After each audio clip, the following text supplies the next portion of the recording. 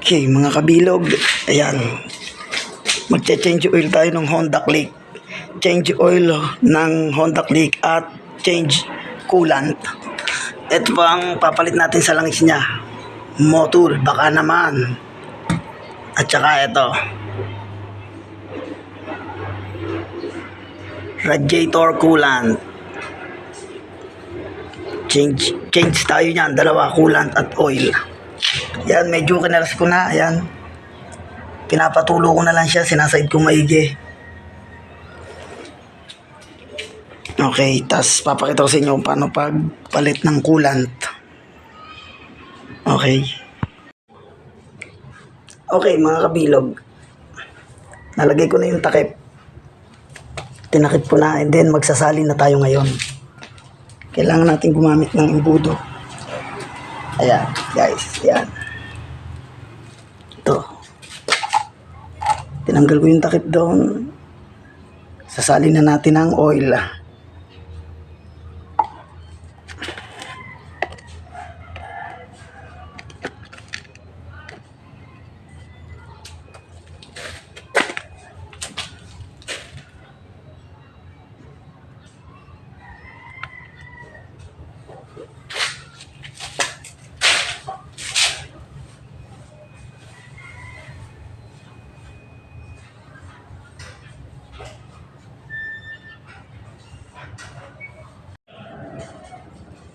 Okay, mga kabilog. Ito po kailangan natin, number 8. Number 8. Kalasin na natin itong para sa coolant. Mag-change tayo ng coolant. Dito po ang kalasa. Yan. Tatlo lang po yung ano nito. Tornilyo. Dito, tsaka dito. Tsaka dito isa sa taas.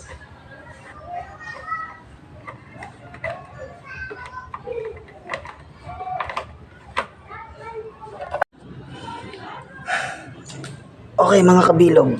Ayan, nakalas na natin. Ito yung tatlong tornilyo niya. And then, ito po, yung drain niya. Dito po tayo magbabaklas. Pero bubuksan muna natin to bago tayo magbaklas dito. Tsaka ito tatanggalin natin. Kasi yung ano niya rito, coolant din yung nakalagay dito, reserve. Yung tinatawag na reserve coolant. Update ko na lang. Okay, guys. Tinanggal ko na yung takip dito. Ito lang yung tornilyo isa. Ito siya. Yan yung tornilyo. Ngayon, dito na tayo. Magbabaklas na tayo rito. Okay. Kukulan tayo ng panahon.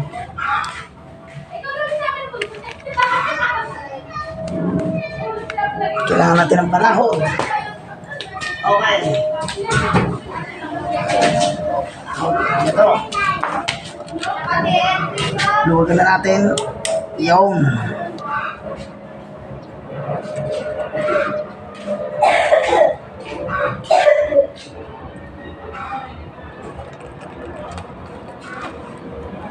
Ayan guys, tutulo na siya. Tanggalin ko lang itong takip sa ibabaw.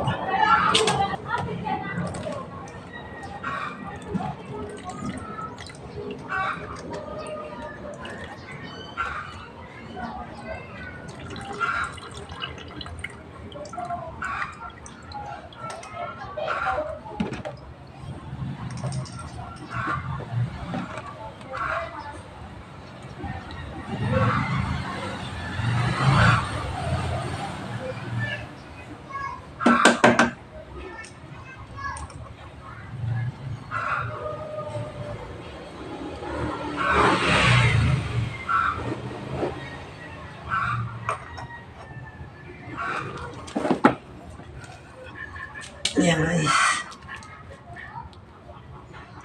Okay, wala na siyang laman. Doon na lang mayroon dito.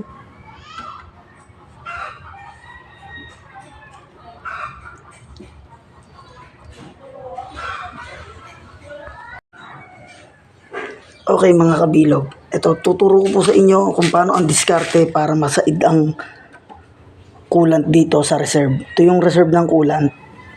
Pag nag-drain kayo, hindi nyo masasaid to. Pero may technique po dito.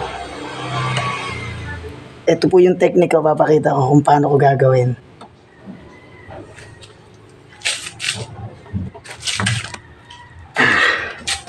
Tinay nyo po dyan.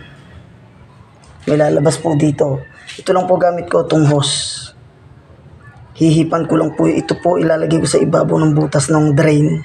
Ay, ng reserve ng coolant. Tapos ito po hihipan ko. Tinay pa may tutulo dyan para masaid lang. Technique lang.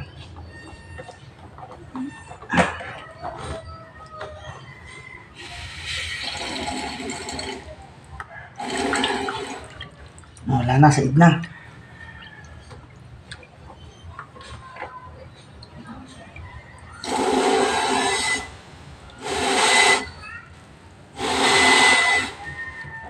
What? Nakita nyo guys, nakita nyo mga kabilog. Okay na.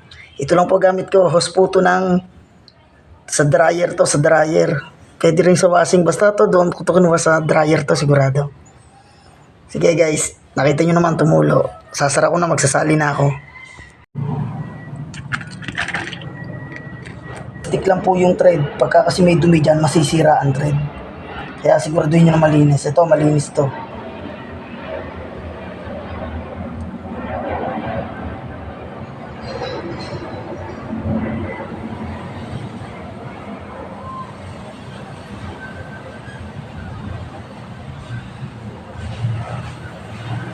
Yan.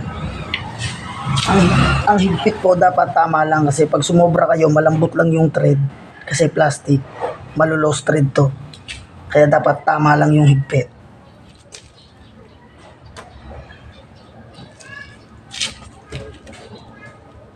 Dito tayo, magsasalin. Pakita ko sa inyo.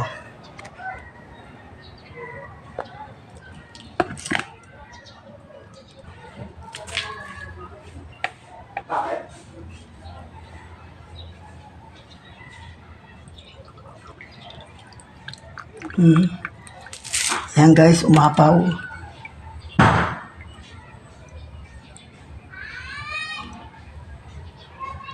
Ay.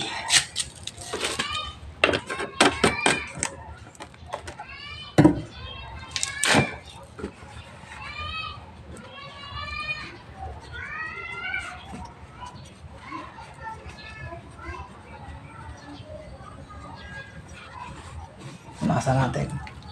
Sasalinan din natin to guys. Mga kamoto, mga kabilog, sasalinan natin to. Itong reserve, lalagyan din natin ng laman. Ayan po yung unti-unti siyang nababa. Okay, pero lalagyan natin itong reserve niya. May tamang level naman eh. Hanggang dito lang sa taas.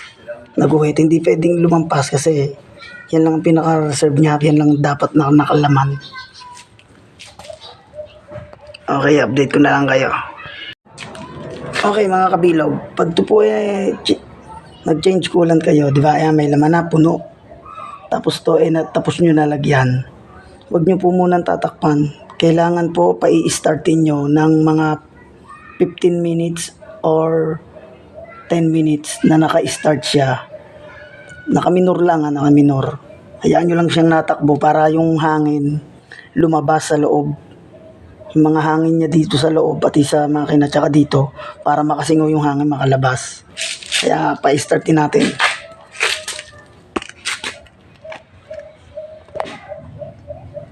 Kailangan bukas, huwag tatakpan.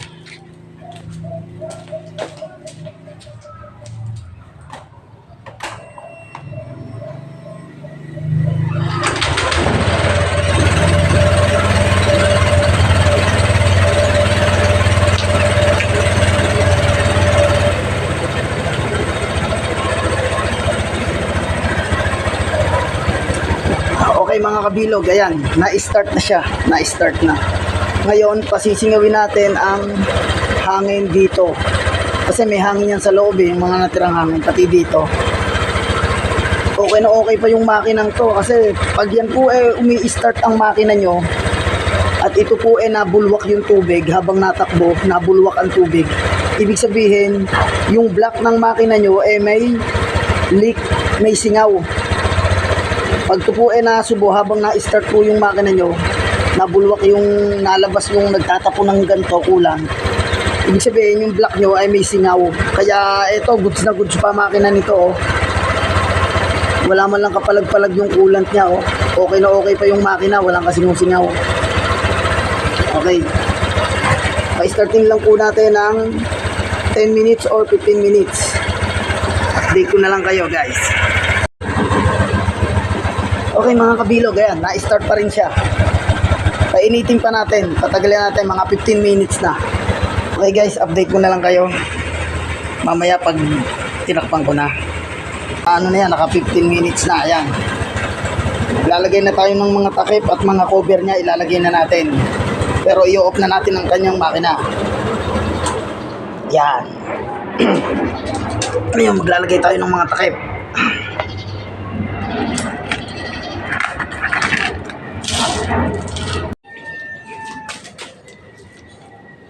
Okay mga kabilog, tapos na tayo mag-change oil tsaka mag-change coolant. Maraming salamat sa inyo. Sana'y may natutunan kayo sa aking maikling video. Ako po sana ay follow nyo sa YouTube channel and Facebook and TikTok account. Pakipollow na lang po. Para sa darating na susunod na mga video, pakita ko rin po kung paano. Okay? Salamat! Okay guys, naalala ko, hindi pa pala ako tapos. Yun nga palang ilaw nito na mini driving light. Isa na lang yung nailaw, ito na lang left. Itong right, ayaw na. Ngayon, bubuksan ko siya. Binalkas ko na kanina. Bubuksan ko siya. Titingnan ko kung may magagawa tayong paraan o talagang pundi na yon o baka may loose contact lang. Kaya bubuksan natin. Okay, update ko na lang kayo, babaklasin ko to, medyo matagal eh. Haba video. Ay, nako guys, nakalimutan ko na mag-video. Nakalimutan ko ipakita sa inyo. Wala na, kinabit ko na. Nahirapan ako magbaklas dito.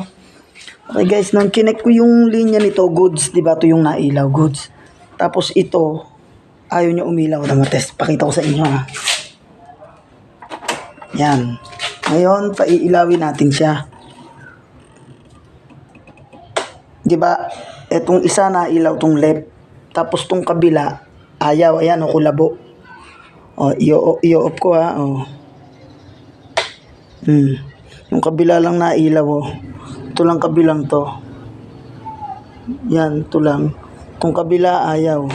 Ganun lang ilaw niya Ibig sabihin, ito po papundi na, defect na po to. Kumbaga, may pundi na po dyan. Kaya yan kulabo. Kulabo lang siya Samantalang itong isa ang lakas Ngayon, para malaman ko kung talagang pundi na to, ang ginawa ko, nung binaklas ko to, itong buong harapan, yung linya nito, inilipat ko dito. Ngayon, nung inilipat ko rito, inon ko to. Nung inon ko, ito umilaw. Tapos, yung linya nito, inilipat ko rito. Nung inon ko, ayaw pa rin umilaw nito. Kaya sa makatwid, pundi na po to. Ngayon, pabibiling ko na lang po yung may-ari ng mini driving light. Ako kung nakakabili ng isa nito, pero palagay ko meron. Okay, sige, update. Okay, sige, mga kabilog. All goods na to, na-change oil ko na, na-change coolant ko na. Yung ilaw naman, sila na bahalang bumili nito. Okay, salamat sa tiwala. At saka, sana may natutunan kayo dito sa aking maikling video. Paki-subscribe na lang po ako sa YouTube channel and TikTok account tsaka sa Facebook account. Ito po yung picture ko sa Facebook account.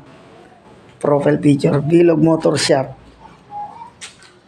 Ayan, sa TikTok, Norman Rodriguez ang nakalagay. Tapos sa YouTube, BMS, Bilog Motor Shop.